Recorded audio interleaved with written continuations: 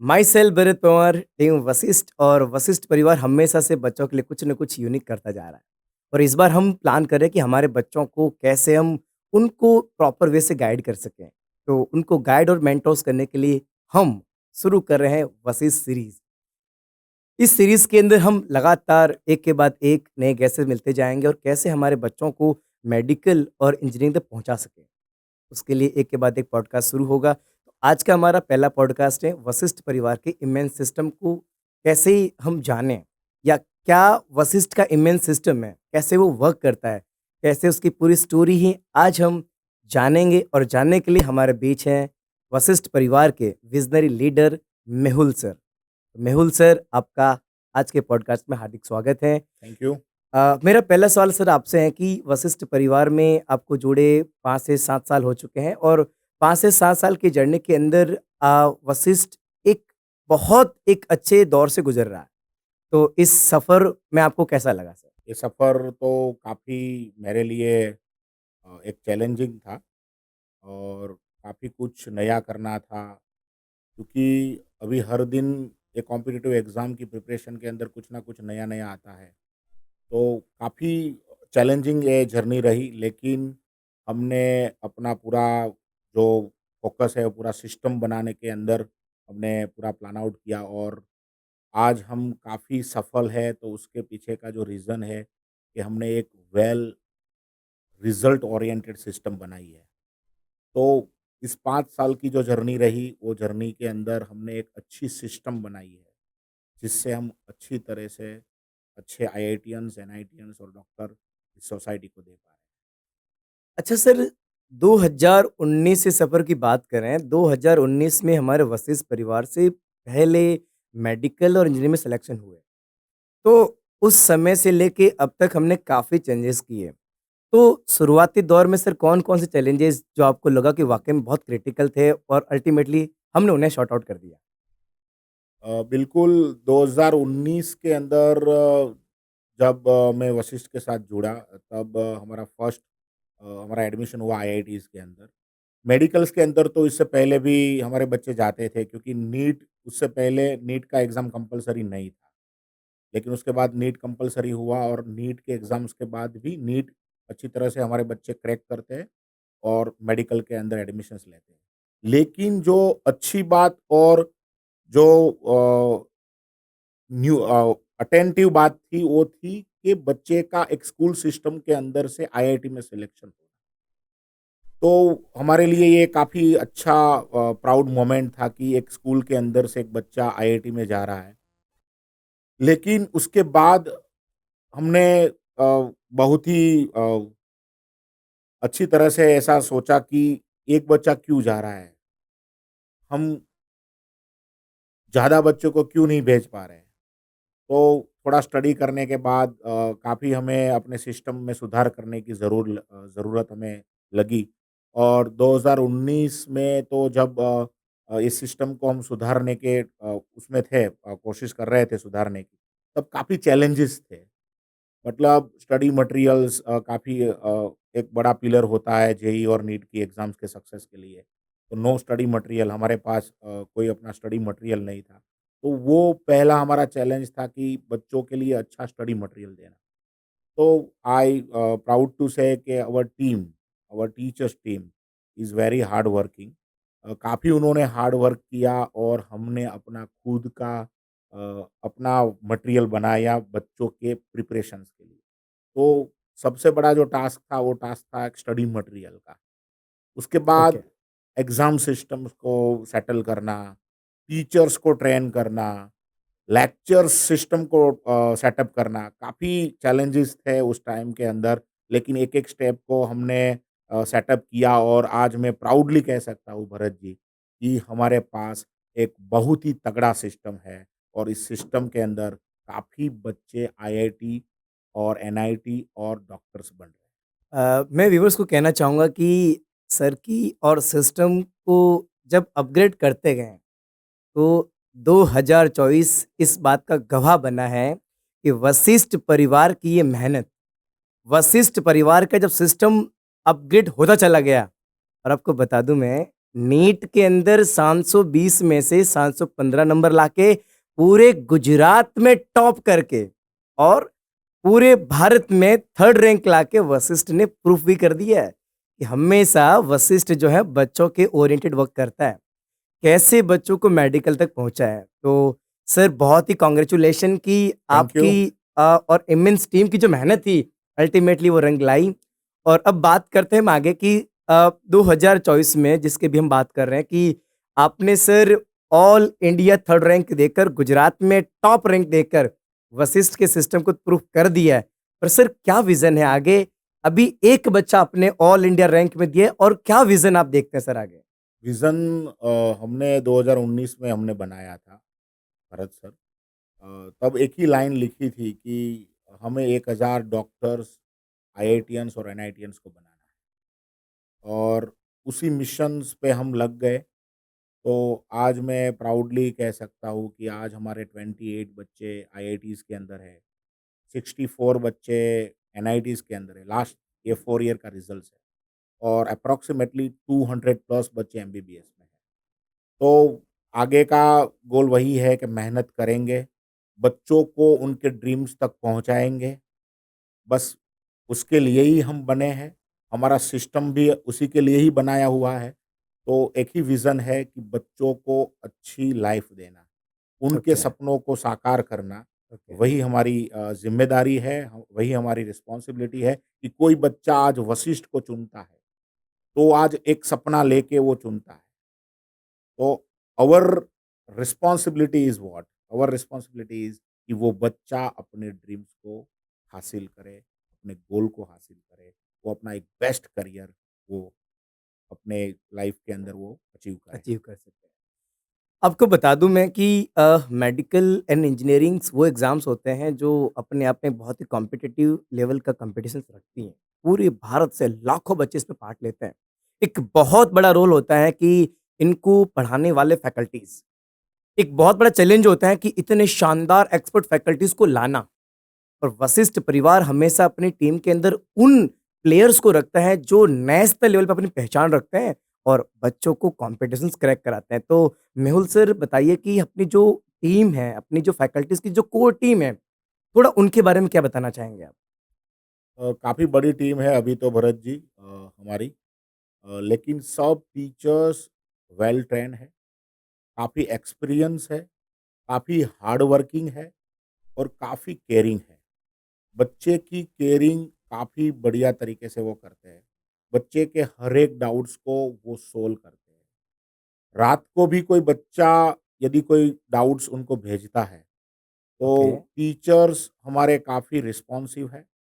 उनको तुरंत वो डाउट्स का आंसर्स देते हैं। मैंने भरत जी ऐसा भी सुना है कि एक पेरेंट्स मेरे पास आया था पीटीएम के अंदर, "सर आपके वहाँ के टीचर्स मेरा बच्चा 1:30 बजे ही के डाउट भेज रहा है, 1:30 बजे रात को।" ओके। और आपका एक टीचर है वो रात को 1:30 बजे जगता है और जग रहा होता है, वो आंसर दे रहा है। और मेरे वॉव! बच्चा इतना खुश हुआ कि मेरे आंसर मेरे सर मेरा आंसर दे रहे हैं। तो सभी टीचर 1:30 बजे तक जगते हैं ऐसा मेरा व्यू नहीं है, लेकिन मैं रिस्पॉन्सिबिलिटी की बात करता हूँ कि हमारे टीचर्स लगे होते हैं, खुद प्रिपेयर करते हैं, नेक्स्ट डे बच्चों को अच्छी तरह से प्रिपेयर कैसे करें।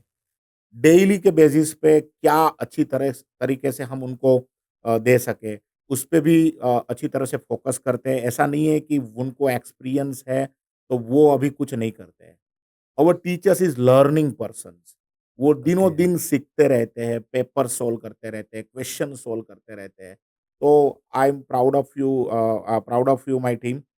मेरे अपने टीम पर मेरे मुझे काफ़ी गर्व है कि वो काफ़ी अच्छा मेहनत करते हैं और काफ़ी हार्ड वर्किंग है, भरत जी। ये किसी भी इंस्टीट्यूट के लिए सबसे बड़ी और सबसे ख़ास बात होती है कि वहाँ के बच्चों की केयरिंग। आपने अभी सुना कि पेरेंट्स बता रहे हैं पेटीएम आके कि बच्चों को रात को 1:30 बजे भी डाउट्स का आंसर मिल रहे हैं। That is a Vashishtha. Vashishtha जो है एक प्रोफेशनल मोड के साथ में हार्ट टू हार्ट टच देता है। यहाँ ये नहीं है कि बच्चे के डाउट हैं तो बेटा कल ऑफिस टाइम पे डिस्कस करेंगे या कल लेक्चर में डिस्कस करेंगे। नो, बच्चे ने क्वेश्चन पूछा है तो फैकल्टी आंसर कर रहे हैं। इतना ही नहीं, वशिष्ठ परिवार की फैकल्टी के प्रति और बच्चों के प्रति जो कनेक्टिविटी है, उसके बीच में ज़ीरो गैप पॉलिसी यहाँ चलती है। हर एक फैकल्टी लगातार जो है बच्चों को कैसे नर्चर कर सकें। और मैं आपको बता दूँ, आज कोई भी किसी भी शहर में अगर कोई इंस्टीट्यूट डेवलप हुआ है, तो एक ही रीज़न से हुआ है, वो बच्चों की केयर से। वशिष्ठ परिवार हर साल, हर रोज़, हर दिन हमारे बच्चों की केयर करता है। सर मैं मेरा एक सिंपल सा क्वेश्चन आपको लेकर कि वशिष्ठ परिवार का जो सिलेक्शंस रेशियो है, लगातार फैकल्टी एफर्ट लगाते हैं, हर साल हम सिस्टम को अपग्रेड करते जाते हैं, तो सिलेक्शंस रेशियो हमारा हर साल बढ़ता जा रहा है। तो सर सिलेक्शन रेशियो कैसे प्रोग्रेसिवली बढ़ रहा है, तो उसके बारे में क्या बताएँगे? Definitely Bharat sir, selection rate is very important. क्या आपकी इंस्टीट्यूट में कितने बच्चे प्रिपरेशन कर रहे हैं, उसमें से कितने बच्चे अच्छे रैंक्स लाके आते हैं, कितने का सिलेक्शंस होता है, ये काफ़ी इम्पोर्टेंट है। ये काफ़ी इम्पोर्टेंट फैक्टर्स है। यदि आप कोई इंस्टीट्यूट को आप प्रिपरेशन के लिए चूज़ करते हो, तो I request to all students and parents कि आप जब अपने बच्चे का एडमिशन्स ले रहे हो, तो आप देखिए, आप पूछिए उस इंस्टीट्यूट को कि कितने बच्चे आपके वहाँ प्रिपरेशन कर रहे थे और उसमें से कितने को सफलता मिली। मैं प्राउडली कह सकता हूँ कि वशिष्ठ का जो सिलेक्शन रेट है, वो काफ़ी बढ़िया रेट है। मतलब मैं ऐसा बता सकता हूँ कि पूरे सूरत के अंदर, पूरे गुजरात के अंदर यदि आप एनआईटी और आईआईटी के सिलेक्शन रेट की बात करें, तो हम काफ़ी अव्वल नंबर पे हैं। मैं 2023 की बात करूँ तो हमारा सिलेक्शन रेट 17% था, वाओ! आईआईटी और एनआईटी का।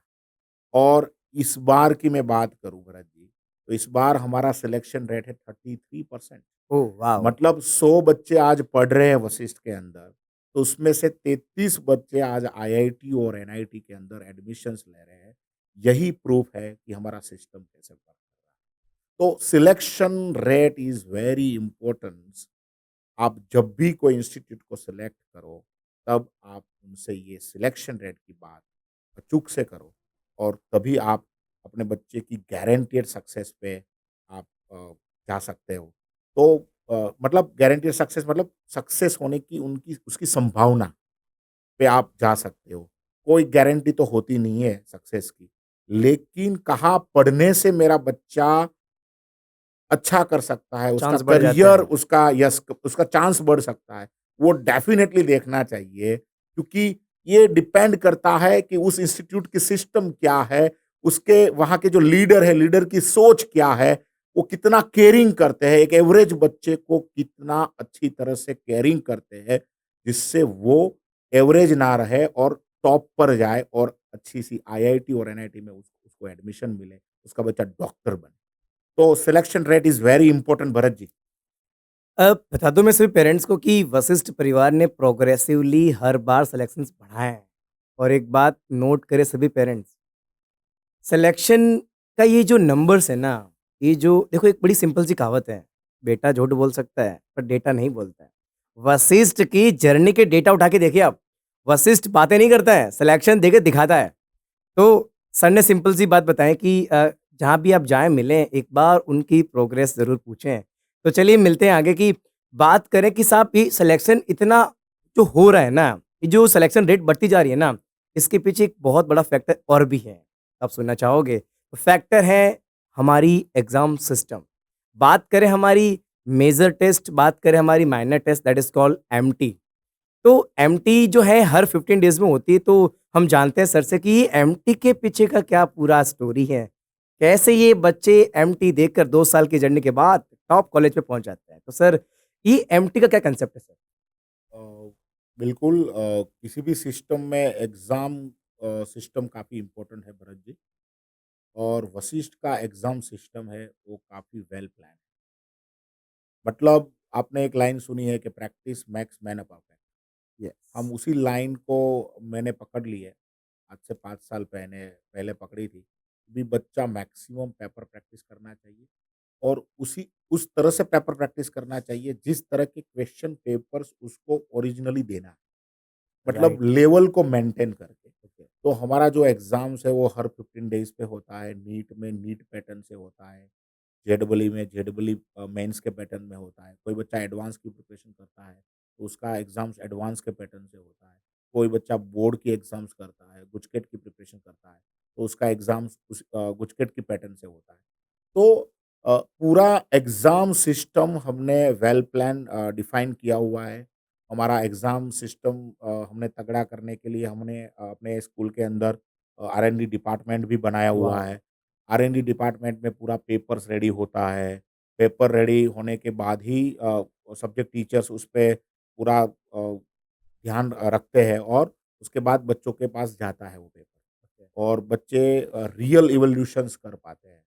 तो हमारी जो सक्सेस जो हमें मिली है अभी तक, उसके पीछे एग्ज़ाम हमारी जो एग्ज़ाम सिस्टम है वो काफ़ी इम्पोर्टेंस रखती है।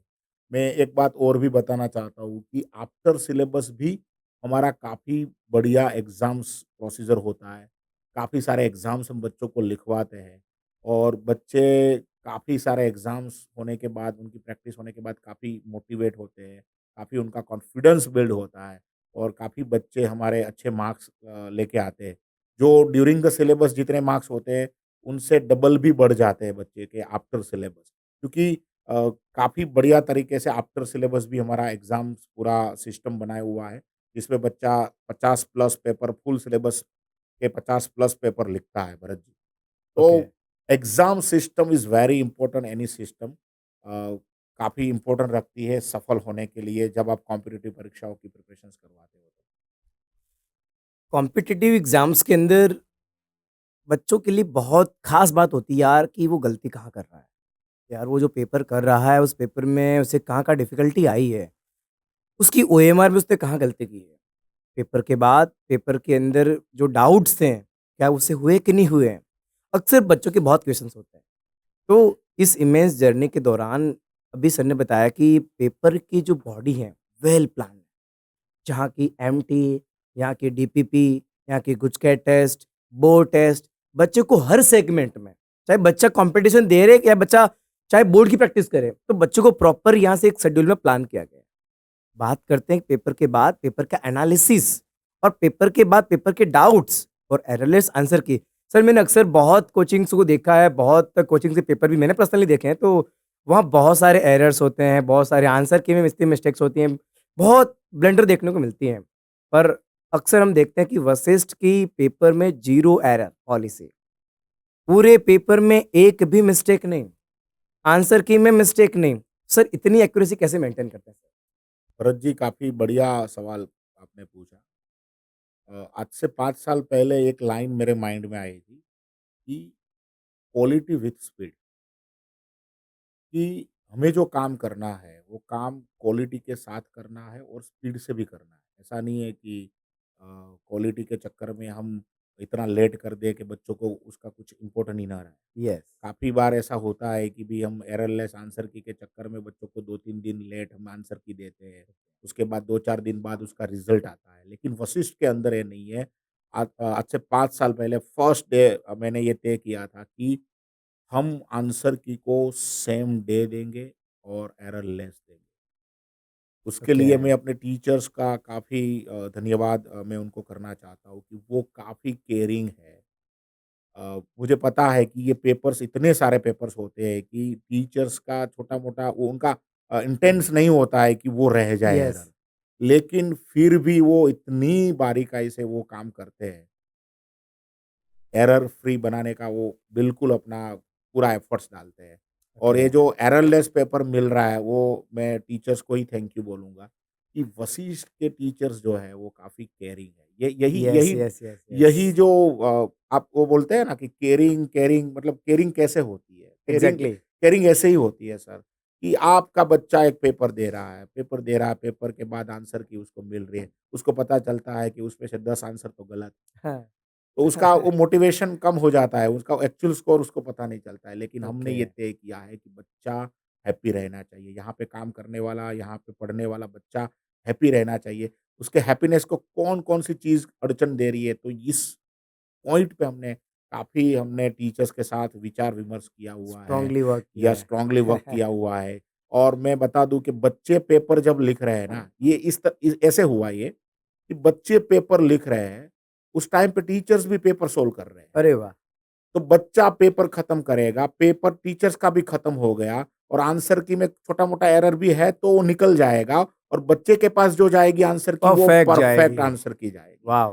तो स्पीड विथ क्वालिटी ये हमने पहले से अपने माइंड में फिक्स किया हुआ है कि जो भी देना है वो क्वालिटी के साथ देना है परफेक्ट देना और है। विथ स्पीड के साथ देना है। मैं गर्व के साथ बता सकता हूँ कि हमारे वशिष्ठ के अंदर जो रिज़ल्ट आता है वो नेक्स्ट डे रिज़ल्ट कंपल्सरी हर एक एग्ज़ाम का आ जाता है। और बच्चों को ये काफ़ी चीज़ें ये छोटी-सी चीज़ें हैं भरत जी। ये इतनी बड़ी चीज़ें नहीं है। सबको ऐसा लगेगा ये एक क्या छोटी-छोटी बातें करते हैं।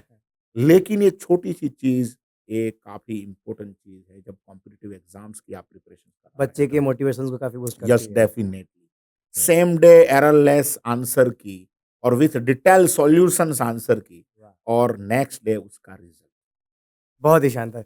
सर, मैं पेरेंट्स को बताना चाहूँगा कि इतना ही नहीं, बात यहाँ पे रुकती नहीं है। मैं आपको बता दूँ कि हमारी जो टीम है, इवन मेहुल सर भी, मैं बता दूँ कि जब बच्चों की एग्ज़ाम हो गई, एग्ज़ाम के बाद आंसर की मिल गई, डाउट डिस्कशन हो गया, जब रिज़ल्ट लगता है, रिज़ल्ट लगने के बाद पर्सनली अपने जो बच्चे वीक हैं या जिन बच्चों के मार्क्स कम हो गए हैं, जिन बच्चे थोड़ी रिज़ल्ट में थोड़ा-सा डाउनफॉल शुरू हुआ था, हमारी वर्सेस की टीम, इवन मेहुल सर उन बच्चों को पर्सनली केबिन में बुलाते हैं। पूरी जो ग्रुप ऑफ स्टूडेंट होते हैं वो इकट्ठे होते हैं और वहाँ पे वन टू वन डिस्कशन होता है। तो सर, इसके पीछे क्या है कि हर बच्चे से वन टू वन मिल के डिस्कस करके उसने क्या गलती की है और उसके पीछे क्या आपका माइंडसेट है सर? माइंडसेट का रीज़न यही है कि कोई बच्चा अच्छा अच्छा कर रहा था और सडनली एग्ज़ाम में उसका अच्छा अच्छा मार्क्स नहीं आया ओके, एक एग्ज़ाम में। तो मिलने का रीज़न तो यही है कि उस बच्चे से मिल के उसके माइंड में कोई ब्लॉक है, कुछ तकलीफ़ कुछ है, कन्फ्यूज़न है कोई अगर कुछ तो? कन्फ्यूज़न है तो वो हम जान सकें और नहीं है तो उसको मोटिवेट कर सकें कि एग्ज़ैक्टली। भई कहाँ अटक गए? क्या कर रहे हो? आप इतने मार्क्स ला रहे थे, अब क्या हो गया अब है? क्या हो गया? राइट, और एक्चुअल्स कोई उसको तकलीफ़ है, तो वो तकलीफ़ को भी हम सुनते हैं, ओके। उसको रिज़ॉल्व करते हैं और वो बच्चा अच्छे से अच्छा मार्क्स नेक्स्ट टाइम लाए, वो हमारा एफ़र्ट्स रहता है। That is called personal care of student. हमारे पूरे टीम का एक-एक मेंबर हर बच्चे को पर्सनली ऑब्ज़र्व एनालिसिस करता है। एक पॉइंट को मैं बीच में रखना चाहूँगा कि मैं बता दूँ कि वशिष्ठ की पूरी टीम तो केयर करती है, इवन पर्सनली सर भी केयर करते हैं। पर आपको बता दूँ, हमारे वशिष्ठ में एक बहुत यूनिक कांसेप्ट है, सीएम मित्र, क्लास मेंटर्स। सर, ये क्लास मेंटर का क्या कांसेप्ट है, थोड़ा बताना चाहेंगे ताकि हम हमारे पेरेंट्स को बता सकें कि हम ही नहीं, हर एक बच्चे की पर्सनल केयर की जाती है। बच्चा कब रेगुलर आ रहा है, नहीं आ रहा है, कि कोई छोटी-मोटी क्वेरीज़ हैं, उसे बार-बार कहीं चक्कर लगाना ना पड़े। तो क्योंकि मैं अक्सर देखता हूँ कि बच्चा कई बार होते कन्फ्यूज़न, किससे मिलना है, क्या मिलना है, बट एक यहाँ पे एक प्रॉपर आपने सिस्टम बना रखा है कि बच्चा अपने सीएम से डिस्कस करेगा कि उसे कोई डिफ़िकल्टी आ रही है, तो कैसे, तो उसके पीछे क्या पूरा सा कांसेप्ट है? भरत जी, ये जो क्लास मेंटर है, वो उसके रियल केयर टेकर्स हैं। मैं बता दूँ अपने सिस्टम के अंदर, क्योंकि पूरा जो उनका जर्नी रहता है 2 साल के अंदर, तो उसमें बच्चे की छोटी-छोटी रिक्वायरमेंट काफ़ी होती है। सर मुझे ये स्टडी मटेरियल चाहिए, मुझे नहीं मिला है। सर मैं कल नहीं आया तो मुझे क्वेश्चन पेपर चाहिए, मुझे ओके, नहीं मिला है। सर मुझे ये तकलीफ़ है, तो इसका मैं क्या करूँ? सर मुझे आंसर की नहीं मिली है, आंसर की चाहिए मुझे। ओके। यदि कोई बच्चा कन्फ्यूज़ है तो ये जो क्लास मेंटर है तो उनके पास वो चले जाते हैं, तो उनको वो कंप्लीटली उनको पता है कि मेरा क्लास मेंटर कौन है। ओके, तो वो क्लास मेंटर ही उनके एज़ अ पेरेंट्स का रोल बजाते हैं, कि भई आपको कोई भी तकलीफ़ है, तो आप मेरे पास आना, मैं आपका जो प्रॉब्लम है, वो प्रॉब्लम मैं आपका सोल्व कर दूँ। मतलब वो हर एक रिस्पॉन्सिबिलिटी निभाते हैं कि यदि वो नहीं आता है, तो उनके पेरेंट्स को भी वो कॉल करते हैं। ओके, उनके टेस्ट पेपर्स है, तो वो उनको टाइम पर मिल जाए। ओके। मतलब सब टाइप की जो केयरिंग होती है, वो हमारे वन ये टू वन क्लास केयरिंग हो यस, जाती वो है। हमारे क्लास मेंटर्स करते हैं। इवन एग्ज़ाम्स में मार्क्स कम आते हैं, हमने एक थ्रेशोल्ड वैल्यू बनाया हुआ है वाव! कि भई डीपीपी में इससे मार्क्स कम नहीं आने चाहिए, एमटी में इतने इससे सब्जेक्ट वाइज़ इतने मार्क्स इससे मार्क्स कम नहीं आने चाहिए। तो हमारे जो क्लास मेंटर्स हैं, उ उसमें पूरा ये हायरार्की बना हुआ है, वाव! बच्चों के साथ केयरिंग का। पहले पॉइंट पे आता है क्लास मेंटर ओके, कि वो क्लास मेंटर मिलेगा कि भई थ्रेशोल्ड वैल्यू से नीचे कितने के मार्क्स हैं। ओके। तो वो बच्चों को मिलेगा, क्यों भाई इतने मार्क्स कम आए आपके? क्या रीज़न है उसके पीछे? कोई प्रॉब्लम्स है तो यस, आइडेंटिफाई कर प्रॉब्लम्स है लें। तो आइडेंटिफ़ाई करेंगे। ओके, उसके बाद आता है कोऑर्डिनेटर आता है, तो कोऑर्डिनेटर्स मिलते हैं। उसके बाद सुपरवाइज़र्स आते हैं। ओके, उसके बाद मेरा नंबर आता है। ओके। मतलब काफ़ी लंबी लिस्ट है। एक-एक पूरी चैनल्स यस, बनी हुई पूरी है। चैनल बनी हुई है ओके, और बच्चे का केयरिंग करना ही हमारा गोल है और जितनी हम केयरिंग करेंगे उतना वो अपने गोल के नज़दीक पहुँचेंगे। तो क्लास मेंटर एक ऐसा रोल है जो बच्चों को कभी दुखी नहीं होने देता है। वो उन उसको उनको हैप्पी रखता है। बहुत ही शानदार। अब देखो कोई भी बच्चा हो, बच्चे को जो बच्चा घर में हैप्पी होता है ना, वहाँ उसे पता है कि उसको प्रोटेक्ट करने वाले उसके पेरेंट्स हैं, उसके फैमिली मेंबर्स हैं। उसी तरह बच्चा वशिष्ठ परिवार में अपने आप को बिल्कुल एज़ ए होम वो फ़ील करता है। वहाँ पे उन्हें केयर करने वाले उनके पेरेंट्स की बजाय यहाँ पूरी उनके गुरु की, उनके टीचर्स की टीम होती है। तो डेफ़िनेटली बच्चे इतने हैप्पी होके यहाँ पढ़ते हैं और अल्टीमेटली रिज़ल्ट आता है। मैं आपको बता दूँ कि ये पूरी स्टोरी के साथ में बच्चों को जो प्लानिंग मिलती है ना, वो प्लानिंग डे 1 पे नहीं होती है। जब बच्चा वशिष्ठ में एनरोल होता है, वो डे 1 पे उसको सारी प्लानिंग मिल चुकी होती है कि इस पूरे साल वो कौन से कैलेंडर को फ़ॉलो करने वाला है। और ये कैलेंडर बनाना इतना आसान नहीं है। इस कैलेंडर को बहुत सारे जो अनप्रेडिक्टेबल प्रॉब्लम्स होते हैं, वो भी आ जाते हैं। बट हम लोग बहुत ही कैलकुलेटिव एक्सपीरियंस के साथ में एक अपना कैलेंडर फ़ॉर्म करते हैं। तो सर बताइए कि बच्चों का जो एक स्मार्ट शेड्यूल आपने बना रखा है, एक पूरा स्मार्ट एनुअल प्लानिंग आपने बना रखा है। वो प्लानिंग को लेकर भी बच्चे कितने परसेंटेज की वो बच्चे उसे पूरे साल उस बच्चे को उस कैलेंडर को प्रॉपर फ़ॉलो कर पाते हैं? सर ये जो प्लानिंग की आप बात कर रहे हो, वशिष्ठ के सिस्टम के अंदर डे 1 से लेके वो जहाँ तक तब तक पढ़ेगा 2 साल की उसकी जर्नी रहेगी। ओके। उसका 2 साल का पूरा प्लानिंग सिंगल फर्स्ट डे से रेडी होता है। Oh wow! मतलब उसका सिलेबस कब स्टार्ट होगा और कब खत्म होगा। ओके। कौन-सा चैप्टर कब स्टार्ट होगा, कौन-सा चैप्टर कब खत्म होगा, विथ डेट। अरे ओके, वाह! ऐसा नहीं है कि इतने लेक्चर में ये खत्म होगा, नहीं, इस तारीख को ये चैप्टर शुरू होगा, इस तारीख को ये चैप्टर खत्म होगा। मतलब 100% यस, एक्यूरेसी के यस, साथ। 100% एक्यूरेसी के साथ ऑलमोस्ट हमारा वर्क होता है। ओके, इवन एग्ज़ाम के शेड्यूल्स पूरे साल के एक साथ मिल जाते फर्स्ट डे। ओके। कौन-सी तारीख को कौन-सा एग्ज़ाम है, कौन-सा सिलेबस है, वो उनको फर्स्ट डे से उनको पता होता है। ओके, इवन मेजर टेस्ट हो, डीपीपी हो या बोर्ड टेस्ट। ओके। तो schedule is very important. Schedule जितना शेड्यूलिंग होगा उतना हम डिसिप्लिन के साथ वर्क कर सकते हैं एग्ज़ैक्टली। और हम डिस्ट्रैक्ट नहीं होते हैं और पूरा शेड्यूल के हिसाब से पूरा हमारा काम चलता रहता है। मतलब मैं बताऊँ कि कोई चैप्टर हम 15 लेक्चर में ख़त्म कर सकते हैं, तो उसको पढ़ाने में हमें 18 लेक्चर क्यों लेने हैं भाई? एग्ज़ैक्टली। नहीं लेने हैं। वो 3 लेक्चर हम पीछे हम बचाएँगे और बच्चे के प्रैक्टिस में डालेंगे। तो इस तरह से काफ़ी बढ़िया तरीके से हमारा टाइम मैनेजमेंट होता है। हम अच्छी तरह से बच्चों को हॉलिडेज़ भी दे पा रहे हैं। ऐसा नहीं है कि हम पूरा साल उसको पढ़ाते रहते हैं, ऐसा भी नहीं है। इस प्रॉपर शेड्यूलिंग की वजह से ओके, हमारे यहाँ पे वर्क करने वाले टीचर्स भी हैप्पी है और हमारे बच्चे भी हैप्पी हैं, क्योंकि वॉव! उनको बीच-बीच में हम अच्छी तरह से उनको हॉलिडेज़ भी दे पा रहे हैं। उसके पीछे का रीज़न ओनली यही है कि वेल प्लान है सब। जब वेल प्लान सब होता है, तब टाइम पे ही सब कुछ खत्म होता है। और बहुत ज़रूरी भी होता है। यस। मैं बताना चाहूँगा सभी पेरेंट्स को कि पेरेंट्स को सोचना ही नहीं है। जैसे ही आपने अपने बच्चे की उँगली वशिष्ठ के हाथ में सौंप दी, मैं आपको बता दूँ, फिर आपको सोचना ही नहीं है। वशिष्ठ का जो इमेंस जो प्लानिंग चलती है, जैसे सर ने पूरा बताया हमें कि कैसे इनकी एग्ज़ाम से लेकर, इनके शेड्यूल से लेकर, इनके सिलेबस से लेकर, इनके exam pattern in each and everything. सब कुछ प्लानिंग है। इवन मैं आपको बता दूँ पेरेंट्स क्रॉस चेक भी कर सकता है।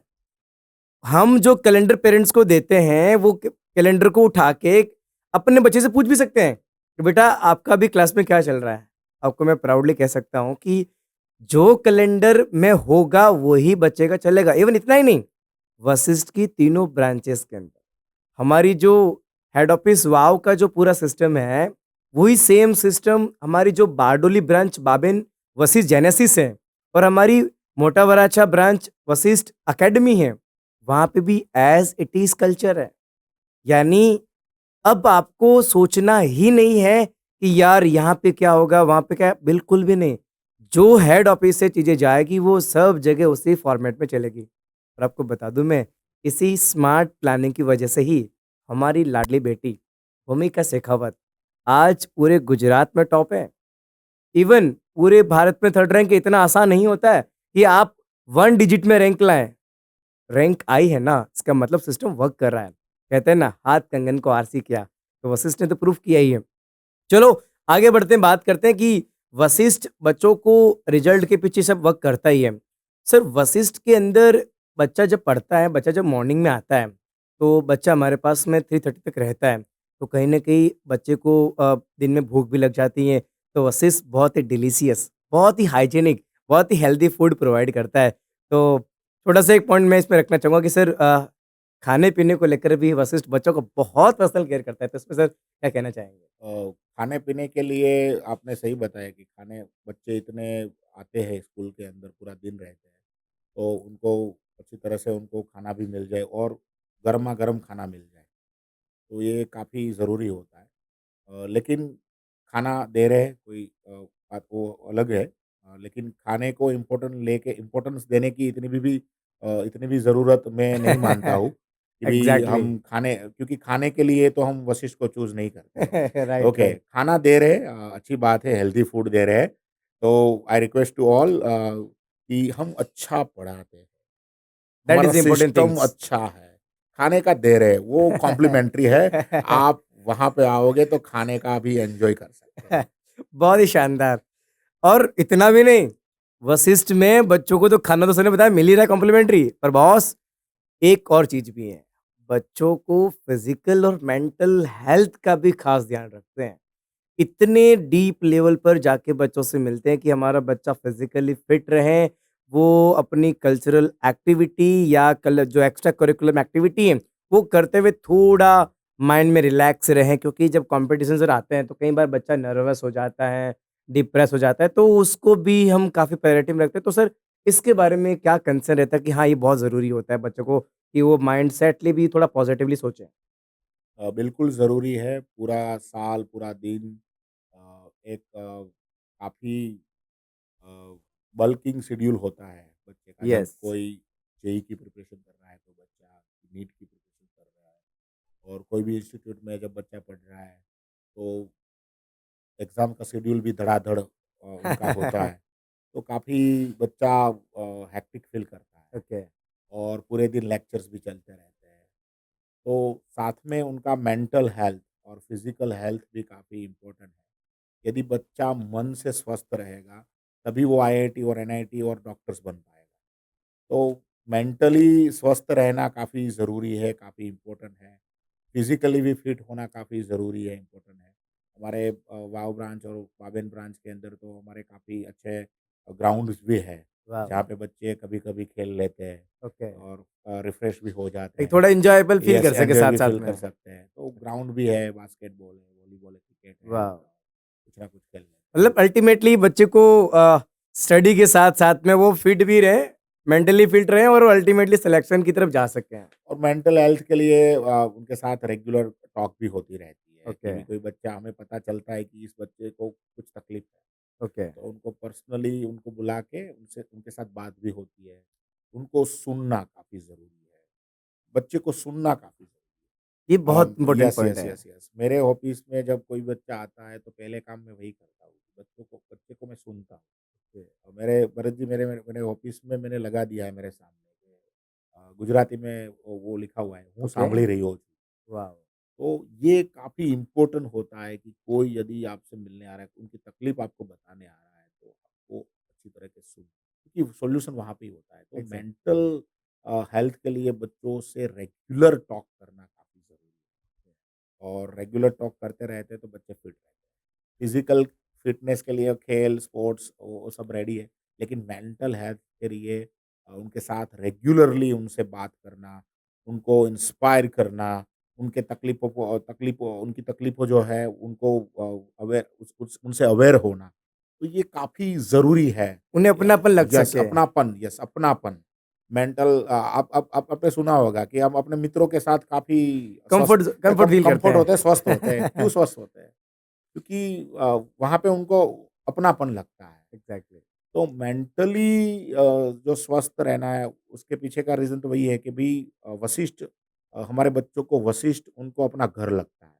कि ये दूसरा घर है। ओके। तो यहाँ पे मैं अपनी तकलीफ़ किसी को भी शेयर कर सकता हूँ। मुझे कोई प्रॉब्लम है तो उसको शेयर कर सकता हूँ।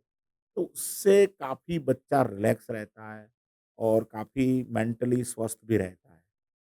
अभी अपने सर को सुना कि बच्चे के हर एक प्रोस्पेक्टिव का ध्यान रख के यहाँ पे हर एक छोटी-छोटी चीज़ों पे वर्क किया जाता है। तो चलो थोड़ा चलते हैं कि हम थोड़े हमारे जो टीचिंग की बातों पे चलते हैं, तो जानते हैं कि सब्जेक्ट की थोड़ी चीज़ों पे बात करते हैं। तो सर आप भी सर इंजीनियरिंग बैकग्राउंड से रहे हैं, तो थोड़ा-सा एक बेसिक क्वेश्चन है मेरा आपसे कि ये जो फिज़िक्स है, बायो वाले बच्चे को बड़ा अक्सर इसको थोड़ा फ़ियर होता है। तो सर थोड़ा-सा मैं एक ओवरव्यू जस्ट आपसे जानना चाहूँगा कि क्योंकि आप भी इसी बैकग्राउंड से बिलॉन्ग करते हैं, तो फिज़िक्स को लेकर बच्चा बड़ा फ़ियर करता है। इवन हर बच्चे का अलग-अलग हो सकता है फ़ियर, बट फिज़िक्स एक काफ़ी बच्चों के लिए होता है, बायोलॉजी के लिए। तो क्या आप उसमें कहें कि हाँ, कि थोड़ा फिज़िक्स को लेकर बच्चे ये अगर स्ट्रैटेजी फ़ॉलो करें, तो इट मे बी उसके लिए ईज़ी हो सकता है? डेफ़िनेटली भरत जी, फिज़िक्स बच्चों का फ़ियर होता है। स्पेशली नीट के बच्चों का काफ़ी फ़ियर होता है। ये फ़ियर उनका इसलिए होता है कि वो जब 10th तक काम करते हैं, वर्क करते हैं, तब उन्होंने पूरा रट्टा मार के ही पूरा पढ़ाई किया होता है। मतलब अंडरस्टैंडिंग लेवल पे काम नहीं किया होता है। जब उनको जब फर्स्ट टाइम फिज़िक्स की वर्क करने का, जब उनको सब्जेक्ट फेस करने का आता है, तब उनको पता चलता है कि मेरा रट्टा मारने से मेरे मार्क्स नहीं आते हैं। ओके, तो उनको अंडरस्टैंडिंग पे काम करना पड़ेगा। स्पेशली मैं स्टूडेंट्स को बच्चों को कहना चाहता हूँ कि स्टूडेंट मतलब फिज़िक्स वो समझने का सब्जेक्ट है। मतलब एग्ज़ैक्टली। अंडरस्टैंडिंग करने का मतलब इसे सब्जेक्ट है। रट नहीं सकते आप। रट नहीं सकते। यदि आप फिज़िक्स को समझने की कोशिश करोगे, तो आप डेफ़िनेटली फिज़िक्स में अच्छा कर पाओगे। ओके, और स्पेशली हमने वशिष्ठ के अंदर इसके ऊपर काफ़ी काम किया हुआ है। ओके। मतलब हमें पता ही है कि फिज़िक्स तकलीफ़ में है, तो हमें पता है कि प्रॉब्लम है। ओके, तो प्रॉब्लम है तो प्रॉब्लम पे क्या करना चाहिए? काम करना चाहिए। राइट, तो एग्ज़ैक्टली। हमने वशिष्ठ पे फिज़िक्स पर हमारा काफ़ी अच्छा फिज़िक्स है, ओके। तो वो फिज़िक्स का टाइम ड्यूरेशन हमने बढ़ा दिया है, compare to okay, other subjects, okay. Okay.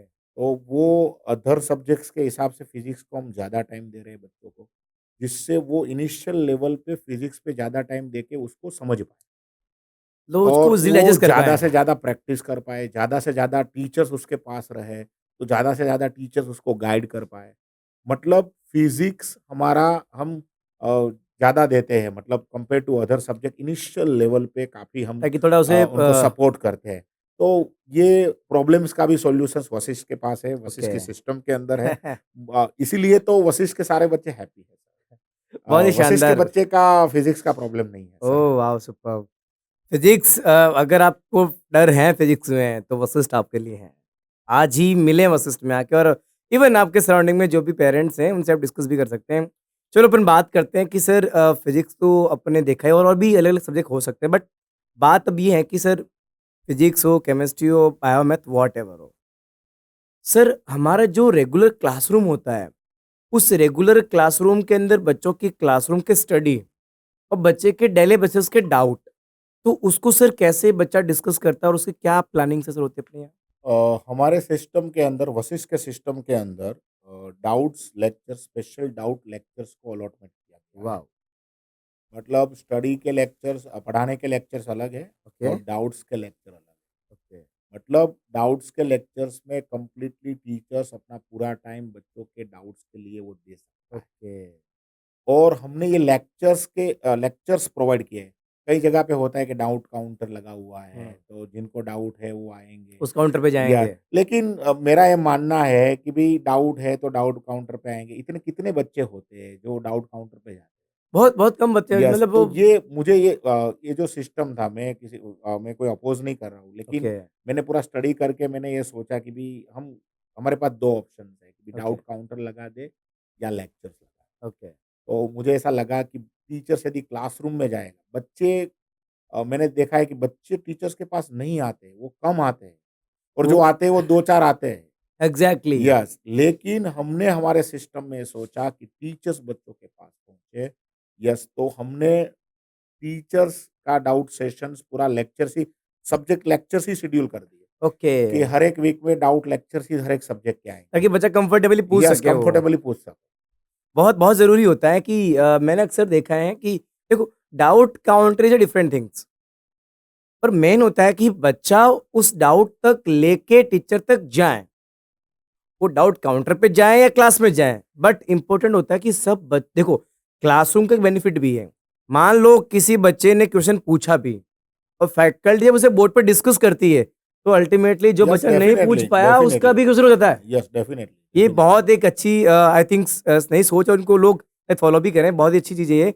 और डाउट काउंटर करते हैं, जिन बच्चों को कैपेबल है पूछ रहे हैं, वो पूछते हैं। हमारे पूछते हैं तो it's not big task. Doubt counter तो लगा ही रहता है, रिसेस एग्ज़ैक्टली। टाइम रहता है। हाँ, वो सब मॉर्निंग में बच्चे आते हैं तब थोड़ा टाइम रहता है, तो वो तो इंडिविजुअली तो पूछते ही रहते हैं। बट क्लासरूम इज़ एक यस, बेस्ट वे होता क्लासरूम भी है। हमने फैसिलिटीज़ अवेलेबल की है कि क्लासरूम में भी हर एक वीक पर हर एक सब्जेक्ट के डाउट लेक्चर्स आएँगे। बहुत ही बहुत ज़रूरी था ये चीज़ें। और एक एक और बताऊँ ख़ास बात आपको बताऊँ मैं सभी पेरेंट्स के लिए कि वशिष्ठ जो है स्मार्ट स्टडी प्लानर भी देता है बच्चों को। ये थोड़ा मैं पर्सनली आपको शेयर करना चाहूँगा कि ये वो प्लानर है जिसमें बच्चा एक होता है कि यार बच्चों को पता ही नहीं है क्योंकि बच्चा भी 11th में आया है। उसे नहीं आइडिया है कि फिज़िक्स का ये चैप्टर की क्या वेटेज है, क्या इम्पोर्टेंस है, कैसे इसे इवैल्यूएट किया गया है। पिछले सालों में क्या कैसे क्वेश्चंस बने? वशिष्ठ हमारे बच्चों को डायरेक्टली प्रोवाइड करता है। तो सर से अभी हम जानते हैं कि सर अपना जो स्मार्ट जो स्टडी ट्रैकर सर है वो एग्ज़ैक्टली कैसे वर्क करता है कि वो बच्चे के लिए कैसे बेनिफिशियल हो रहा है और कैसे बच्चे को हेल्पफुल करता है sir? Definitely smart study tracker वो काफ़ी इम्पोर्टेंट है। वो इसलिए इम्पोर्टेंट है, जो बच्चे अच्छा कर रहे हैं, वो तो अच्छा करने ही वाले हैं। एग्ज़ैक्टली। लेकिन हमने बात की कि हमारा सिलेक्शन रेट क्यों ज़्यादा है। ओके, तो उसके पीछे का एक रीज़न ये भी है कि हम जो बच्चों को ये जो स्मार्ट स्टडी ट्रैकर दे रहे हैं, तो उससे बच्चों को पता चलता है, इस ट्रैकर के हिसाब से, कि कौन-सा चैप्टर में कौन-सा टॉपिक हाई वेटेज, ओके, किसको मुझे ज़्यादा टाइम देना है। इवन हमारे टीचर्स की टीचिंग भी उसी के अकॉर्डिंग होती है। ओके। कोई चैप्टर्स है तो उस चैप्टर के अंदर ये 5 टॉपिक है, इस 5 टॉपिक में इस टॉपिक का वेटेज ज़्यादा है तो वहाँ पे मुझे टाइम ज़्यादा लगाना है, कोई वेटेज कम है तो वहाँ पे कम लगाते हैं। तो इस तरह से टीचर्स भी एक रिज़ल्ट ओरिएंटेड वर्क करता है और बच्चा भी एक रिज़ल्ट ओरिएंटेड प्रिपरेशंस कर सकता है ओके, कि मैं आज घर पे पढ़ रहा हूँ, घर पे प्रैक्टिस कर रहा हूँ, तो किस टॉपिक को मुझे ज़्यादा वेटेज प्रायोरिटी देनी देना है, चाहिए। क्या प्रायोरिटी देना है। हमने काफ़ी 150 के आसपास टॉपिक आइडेंटिफ़ाई किए हैं जेईई ओके, और नीट में, पूरा 11वीं और 12वीं पूरा आ जाए और वो सब टॉपिक्स अच्छी तरह से ब बच्चे कर ले तो उसके काफ़ी बढ़िया मार्क्स आएँगे। सिलेक्शंस के चांस बढ़ जाते हैं। सिलेक्शन के चांस बढ़ जाते हैं। तो जो ट्रैकर्स है, वो ट्रैकर्स हमने बनाया हुआ है चैप्टर वाइज़, टॉपिक वाइज़ और वेटेज वाइज़। वाह! मतलब उस ट्रैकर के हिसाब से बच्चा पूरा मैं आपको बताऊँ ना उस चैप्टर की कुंडली है वो। अच्छा, यस, तो वहाँ पे पूरा दिखता है कि ये भाई तो क्या पढ़ना है, क्या छोड़ना ये है? टॉपिक है ना, ये तेरे लिए काफ़ी इम्पोर्टेंट है। जब टीचर्स भी वो टॉपिक पढ़ाते हैं ना, ओके, कि भई ये बोर्ड पे टॉपिक चल रहा है, तो बच्चा देख यार ये टॉपिक काफ़ी अटेंशन इम्पोर्टेंट उसका है, आता है। उसका अटेंशन उसको बढ़ाना है। ओके, तो ये छोटी-छोटी चीज़ें हैं जो वशिष्ठ में होती है, उसको तो पर्सनली एक्सपीरियंस करना पड़ेगा। I request to all students जो भी बच्चे आईआईटी और नीट की प्रिपरेशंस करना चाहते हैं, वो ज़रूर वशिष्ठ का संपर्क करें और एक्सपीरियंस को फ़ील कर सकते हैं। आपके एग्ज़ैक्टली। ड्रीम को आप हासिल कर सकते हो हमारे साथ क्योंकि हम काफ़ी कमिटेड है, काफ़ी केयरिंग है और हमारा ड्रीम है I have a dream to create thousands of IITians and IITs. बहुत ही तो काफ़ी शानदार। बढ़िया आप इसे इसे फ़ील करने की ज़रूरत है। ये बातों से ये बातें लगती है, जब आप यस। फ़ील करते हो ना, हाँ, तब उसका एक्सपीरियंस आपको पता चलता है। एग्ज़ैक्टली। तो बच्चे को सिलेक्शन ज़्यादा पढ़ने से नहीं होता है, सिलेक्शन होता है सही तरीके से पढ़ने से होता है। सर बहुत बच्चे ये देखते हैं कि वो जैसे भी बताया आपने जो अपना स्टडी जो स्मार्ट स्टडी ट्रैकर है, वो बच्चों को बता देगा कि क्या पढ़ना है, कितना पढ़ना है और कैसे पढ़ना है। तो वो बहुत ज़रूरी होता है बच्चों के लिए। चलो अपन बढ़ते हैं टॉपिक को लेकर आगे और सर से हमने बहुत कुछ जाना कि एक मेडिकल के बच्चे को और इवन जो बच्चा इंजीनियरिंग का हो, जो आईआईटी क्रैक करना चाहता हो, उसको कैसे खास अपना ख़्याल रखना चाहिए पढ़ाई को लेकर। तो सर ने अभी बात किया कि सपना बहुत ज़रूरी है। तो सबसे पहले हम बात करेंगे सर से, सर आपका क्या ड्रीम है सर? मेरा ड्रीम मैंने बता दिया, I have a okay. Dream to create thousands of IITians, NITians and doctors. मैं अपने ड्रीम को काउंट भी करता हूँ। अ, अभी तक आईआईटी में 28, ओके, एनआईटी में 63 ओके। और एमबीबीएस में 192। बहुत ही शानदार। ये ट्रैकिंग है, पूरा 1000 क्रिएट करना है, उसके बाद ही निवृत्त होना है। ये मेरा ड्रीम है। मतलब कह सकते हैं और कि जब एक लीडर का ड्रीम बनता है तो उसके साथ इंस्टीट्यूट का भी ड्रीम एक हमने बनाया है कि एग्ज़ैक्टली। वशिष्ठ का जो ड्रीम है, मेरा ड्रीम है, मतलब वशिष्ठ का जो ड्रीम है, ओके। वो ड्रीम वही है कि बच्चों को अपने हाईएस्ट एकेडमिक लेवल पे पहुँचाना। आईआईटियंस बनाना, एनआईटियंस बनाना और डॉक्टर बनाना। बहुत ही शानदार। देखो सपना देखोगे तभी तो पूरा होगा और सपना हकीकत में तभी होता है जब आप सपना देखते हो। सर ने सपना देखा है और वशिष्ठ परिवार के सभी टीम ने सपना देखा है, तो डेफ़िनेटली सपना ज़रूर सच होगा और हमें भरोसा है सर के गाइडेंस के साथ में और वशिष्ठ परिवार की पूरी टीम के साथ में कि सपना एक दिन ज़रूर सच होगा और उस दिन हम कहेंगे प्राउड से कि वशिष्ठ ने जो सपना देखा है, उस सपने को जिया है और सपने को हकीकत में उतारा भी है। तो सर अब थोड़ा-सा बढ़ते हैं आगे और अब थोड़ा-सा रैपिड फायर चलते हैं कि वशिष्ठ के साथ में हम अक्सर बहुत चीज़ों को कई बार चीज़ें छोटी-छोटी होती हैं, पर कहीं न कहीं बहुत ज़्यादा अपने दिमाग में इम्पैक्ट क्रिएट कर देती है। तो सर मैं कुछ रैपिड फायर लेना चाहूँगा आपके लिए, तो सर क्या आप तैयार हैं? यस, तैयार हूँ। तैयार हूँ, बहुत ही तैयार हूँ। शानदार। सर मेरा पहला सवाल आपसे कि वशिष्ठ की फैकल्टी के बारे में एक लाइन में क्या कहना चाहोगे? Hard working. ये पूरी जर्नी के दौरान एक पॉइंट भी बहुत ख़ास जो वैल्यू और वेटेज रखता है कि बच्चे का जो है ना स्टडी मटेरियल होता है ना, वो बहुत बड़ा इम्पोर्टेंट होता है। अक्सर आपने देखा होगा कि बच्चे बहुत सारे बड़ी-बड़ी बुकें खरीदते हैं, बच्चे बहुत सारे मॉड्यूल्स इकट्ठे कर देते हैं और उनकी अलमारी में रह जाता है। पर आपको बता दूँ मैं वशिष्ठ में ऐसा नहीं है। वशिष्ठ के अंदर बच्चों के लिए स्मार्ट पूरा स्टडी मटेरियल प्लान है। तो मिलते हैं डिस्कस करते सर के साथ में कि सर ये स्टडी मटेरियल क्यों ज़रूरी होता है? क्या एनसीईआरटी सफिशिएंट नहीं है क्या? क्या उससे पढ़ के सिलेक्शन पॉसिबल नहीं होता क्या? या फिर क्यों ज़रूरी है बच्चों के स्टडी मटेरियल? तो सर एक बेसिक क्वेश्चन सा मेरा है कि बच्चों के लिए चाहे कोई भी कॉम्पिटिशन हो, अक्सर स्टडी मटेरियल एक बहुत बड़ा रोल प्ले करता है। तो सर क्यों इतना इम्पोर्टेंट होता है कि उसको अपना स्टडी मटेरियल पे फोकस करना चाहिए? स्टडी मटेरियल प्रैक्टिस के लिए होता है। ओके, एनसीईआरटी बुक्स होती है, वो मेन थियरी पार्ट्स है, कॉन्सेप्ट्स है। लेकिन उस कॉन्सेप्ट की प्रैक्टिस करनी है तो उसके लिए स्टडी मटेरियल की ज़रूरत होती है। ओके, और जिस तरह से कॉम्पिटिटिव एग्ज़ाम्स में जो जिस तरह से क्वेश्चंस आते हैं, उस टाइप के क्वेश्चंस की प्रैक्टिस करनी काफ़ी ओके। ज़रूरी होती है। तो study material is very important जब आप जेईई और नेट की प्रिपरेशंस कर रहे हो। हमारे हमारे जो स्टडी मटेरियल है, हमारे जो सिस्टम के अंदर जो स्टडी मटेरियल हम यूज़ करते हैं, वो हमारे स्टडी मटेरियल है। मतलब लोगों को हम जब बताते हैं ना हमारे स्टडी मट मतलब हमारे मतलब हमने बनाए हुए हैं। ओके, मतलब किसी का हमने कोई परचेज़ नहीं किया है, अपना लेबल नहीं लगाया है। हमने ओके। अपने अपने अपने टीचर्स ने खुद बनाया है, पूरा रिसर्च करके बनाया है और हमारा जो स्टडी मटेरियल है, वो ड्यूअल लैंग्वेज है। वॉव! मतलब हमारा हर एक मटेरियल आपको मिलेगा ड्यूअल लैंग्वेज में, मतलब इंग्लिश में है वन साइड और उसके अदर साइड में आपको गुजराती में मिल ताकि वो जाएगा। लोकलाइज़ बच्चा कैसे यस, कनेक्ट कर यस, पाएँ। यस, लोकलाइज़ बच्चा भी कर पा रहे, गुजराती में एक अच्छा मटेरियल ओके, हमें हमने पूरा ट्रांसलेट किया हुआ है, ओके, पूरा एक-एक क्वेश्चन्स को हमने ट्रांसलेट किया हुआ है। तो ड्यूअल लैंग्वेज मटेरियल है। मटेरियल के अंदर ऑल पीवाईक्यूज़ हमने कवर किए हुए हैं। ओके, अभी तक जितने भी ऑनलाइन में जब जेईई का एनटीए ने स्टार्ट किया 2019 से ठीक है, 2024 तक, तो जितने भी पीवाईक्यूज़ है, तो चैप्टर वाइज़ डिस्टिंग्विश करके हमने उसमें डाले हुए हैं। इवन ओके, नीट के अंदर भी सब हमने पूरा डाला हुआ है। ओके, इवन मैं आपको बता दूँ, हमारे जो स्टडी मटेरियल्स है वो लेक्चर वाइज़ है। ओके, मतलब आप टीचर्स लेक्चर पढ़ा रहा है, कोई चैप्टर पढ़ा रहा है, उस चैप्टर को 14 लेक्चर में खत्म कर रहा है। हाँ, हाँ। तो लेक्चर 1 में उसने ये पढ़ाया, तो हमारा स्टडी मटेरियल भी वैसे ही है।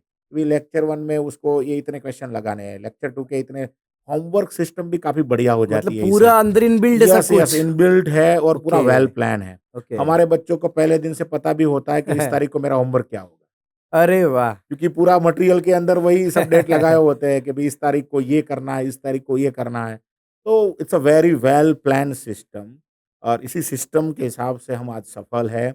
हमने वर्ल्ड क्लास सिस्टम बनाई है और सिस्टम के अंदर जो भी कोई बंदा आता है, इवन टीचर्स आता है, इवन स्टूडेंट्स आता है, तो वो उस सिस्टम के अंदर जुड़ जाता है ओके। और रिज़ल्ट्स हमें मिलते हैं। तो हमने फ़ोकस किया है अपने सिस्टम पे और अभी भी मैं ऐसा बिल्कुल नहीं कहना चाहूँगा कि हमारा सिस्टम वो पूरा हो गया। अभी भी हम लगातार अपग्रेड कितना करते जा रहे हैं। बेटर कर सकें क्योंकि अब हमें अपने बच्चों को उनके हाईएस्ट एकेडमिक पोटेंशियल पे पहुँचाना है। अचीवमेंट्स उनको उनको पहुँचाना है। तो एग्ज़ैक्टली। उसके लिए हर एक दिन हमें मेहनत करनी होगी। हम क्या नया कर सकें, क्या उनको अच्छा दे सकें, उसके लिए हमें सतत प्रयत्नशील रहना पड़ेगा। बहुत बहुत ज़रूरी होता है कि देखो कॉम्पिटिशन एग्ज़ाम ऐसा नहीं है, पूरे भारत में 25 लाख बच्चे फॉर्म भरते हैं। इवन बात करें इंजीनियरिंग में 15 से 20 लाख बच्चे फॉर्म भरते हैं। तो ये एक बहुत एक प्रॉपर एग्ज़ाम है और इस एग्ज़ाम में बच्चों के सपने होते हैं, बच्चा सपना देखता है, तो कहीं न कहीं हमारी भी ज़वाबदारी बनती है कि बच्चों को सपनों को कैसे हकीकत में बदल सकें।